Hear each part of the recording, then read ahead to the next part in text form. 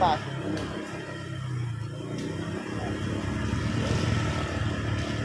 Welcome sa Adelaide mga ka-farmers. Ayan, syempre. Hoy, bago na pala yung mukha nung this way. Papuntang Adelaide. Ito na ba yun, Hoy? Oo. Eto na, medyo nagbago na yung daanan. At saka yung marker. Pero, check natin guys. Medyo maayos na rin yung kalsada rito. Oh. Pero hindi natin yan. Papunta dun sa pinakadulo kung medyo maalis na rin siya.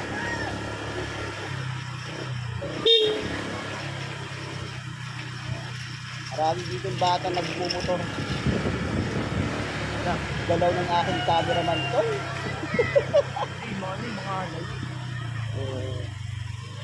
So, yan na guys. This way to Adelaide Farm.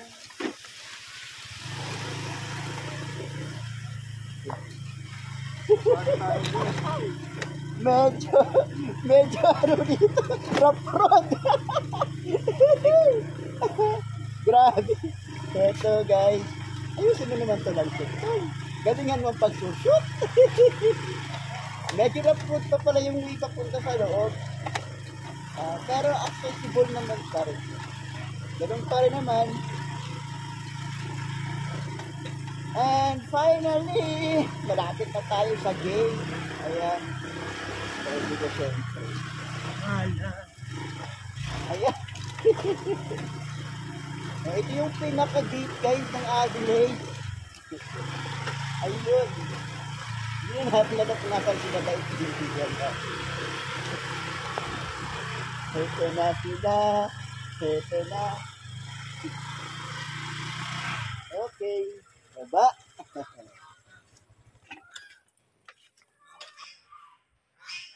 Good morning mga ka-farmers! Ayan, syempre, ito na yung update natin syempre ngayon dito sa Adelaide Farm. Mukhang ready na talaga sila pagdating ng summer 2025. Pagpasok mo dito, masyado nang malinis yung parking area nila. Ayan guys, di ba? Pero syempre, may pupuntahan tayo magandang lugar. Di ba? Hahanapin natin yung mga tao natin, mga kasama natin. Uy, marami na rin dito guys, mga bibi. Pwede nyo siguro itong... Asan na kaya dito sila, Jeff? So, ang dami na dito mga bibi, guys. So, ito na yung itsura. Wala nangyari kagabi! Isiraan!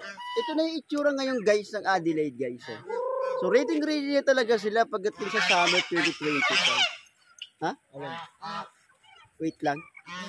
Tol! Magkano kayo dito?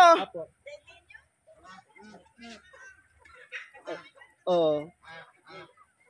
So, hindi namin nakita talaga yung daan dito papunta kasi nasiraan kami. Pero grabe talaga, guys. Napapamuno talaga ako. Isipin mo yung guys, oh. Napakaganda pa rin talaga ng view dito sa Adelaide nito. Pag napupunta ka talaga dito, hindi ka talaga magdadalawang isip. Dati may mga cottage dito, guys, ngayon, mas nilinis na nila. Parang mas lalong naging ano ngayon. Parang mas gumanda nang mawala yung dito. Tapos dilipat nila. Pag-entrance na lang doon. Ha? Ano? 30. Oo, may atol. Mamaya na lang. Oo. Doon sa tindahan. Oo, sige. Tapos gumanda yung mga kubol nila, guys. Na-amaze ako dito, guys, kasi nagbago yung itsura ng kanilang mga cottage. So, ito na yung itsura ng mga cottage nila, guys. Ang nakakamangha talaga guys, yung lugar, yung kubo na yung guys, yung kubo na yun, oh, di ba? Napakaganda ng view doon. Tapos dati meron dito mga kubo. Ngayon wala na, malinis na siya ngayon guys, malinis na. So mas naging maaliwalas yung lugar. Ayan. Nakakamangha talaga guys. Grabe. Na-amaze ako.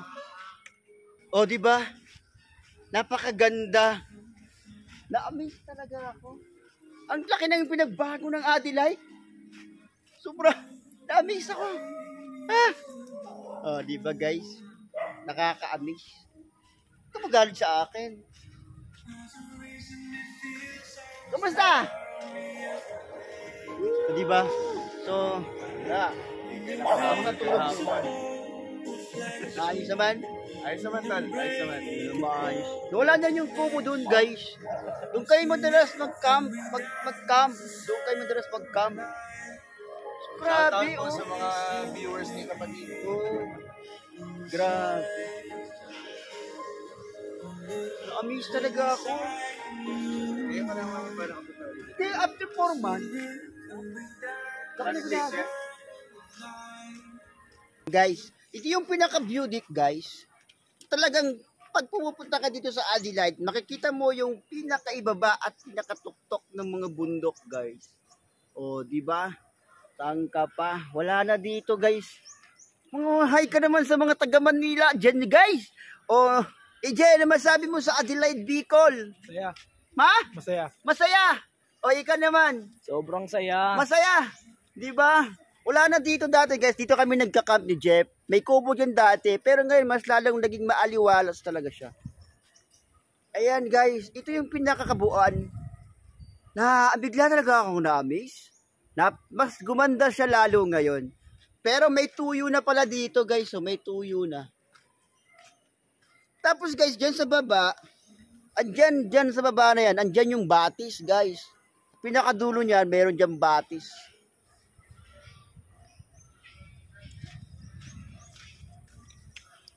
Oy, grabe guys, oh, ang ganda ng pagka-view dito guys, oh. 'Di ba?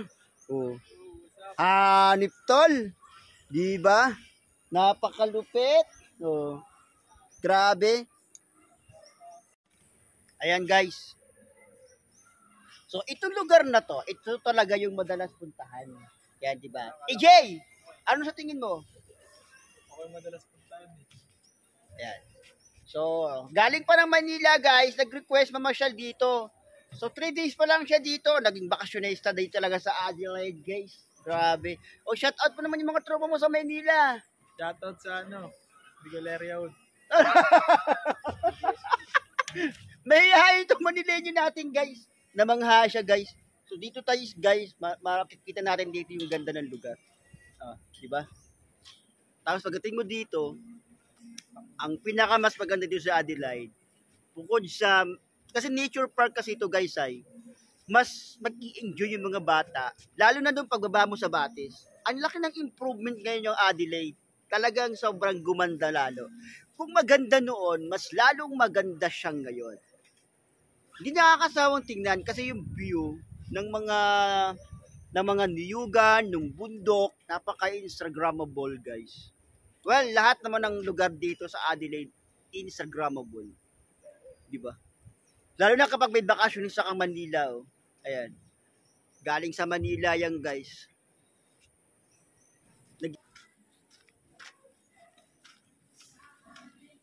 Sana all. Pwesto. All talaga sana kasi nakateka lang eh. Uy, sarap naman ng breakfast, guys. So, di ba? May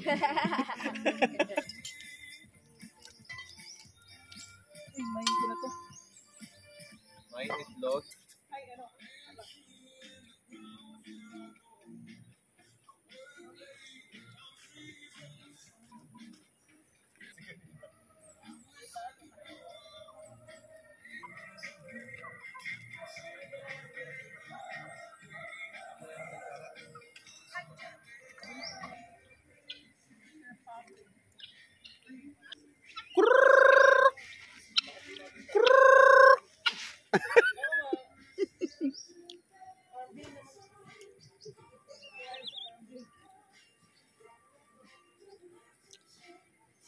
Grabe to, no? Nabinggo. Ha? Nabigyan Di, takto lang. Diba? So, every weekend, kung gusto nyo o plano nyo talagang pumunta sa ganitong klaseng lugar, nire-recommend ko, Adelaide talaga puntahan nyo guys. Napakaganda. Rob!